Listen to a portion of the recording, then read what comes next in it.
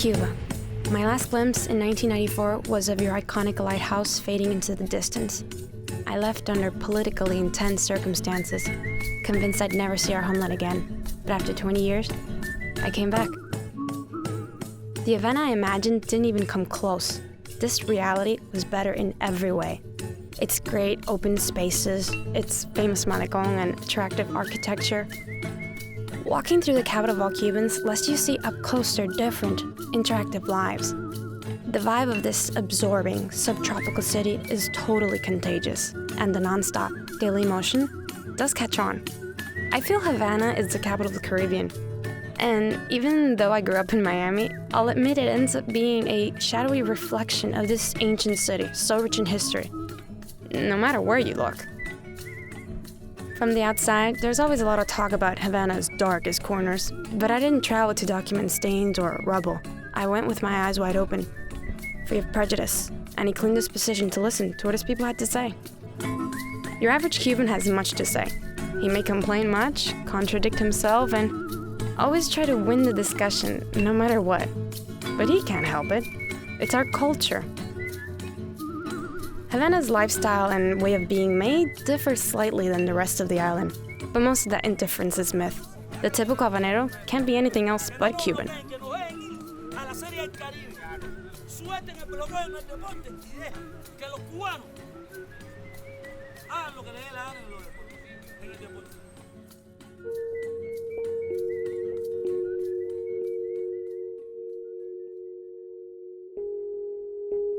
Havana historically has been a melting pot, but also varied at all levels, diverse and conflicting, but it breathes as a whole and doesn't break apart. This city isn't giving up, but it hasn't been easy. After the fall of the socialist bloc, Cuba lost its markets. Its frail economy was near collapsing. It was hard. The entire island had conditioned itself to the international communist commerce. Once all of that disappeared, Cuba was left alone. Parallel to that, the United States imposed even stricter economic sanctions. And in a world where the US is the biggest economic power, it was the equivalent of a death sentence.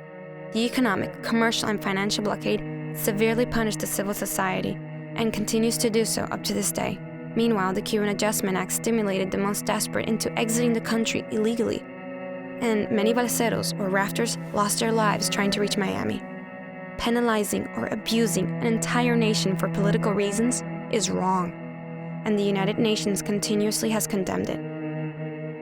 It's all right if some Cubans want to try their luck somewhere else, but the millions that stay behind deserve a better treatment.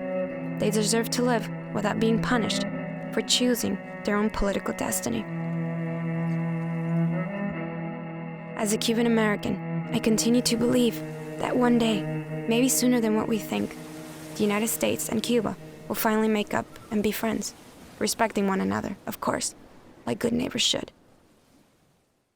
La Habana was and will continue to be a very important city.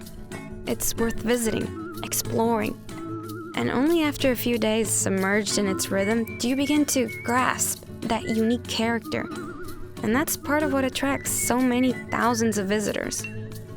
This is the capital of a country that chose sovereignty above everything, and against all odds. I not only respect, but admire that brave decision. You can't really explain the feeling of belonging, and maybe it's near impossible to define or clarify the mystery of a national identity, but entering this legendary city has left a mark on me.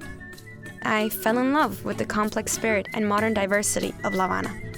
This city is pioneering the healthy, progressive changes that sweep the island, but they don't seem to be losing their way or betraying their history, just preparing for the future. Back home, I already miss La Habana.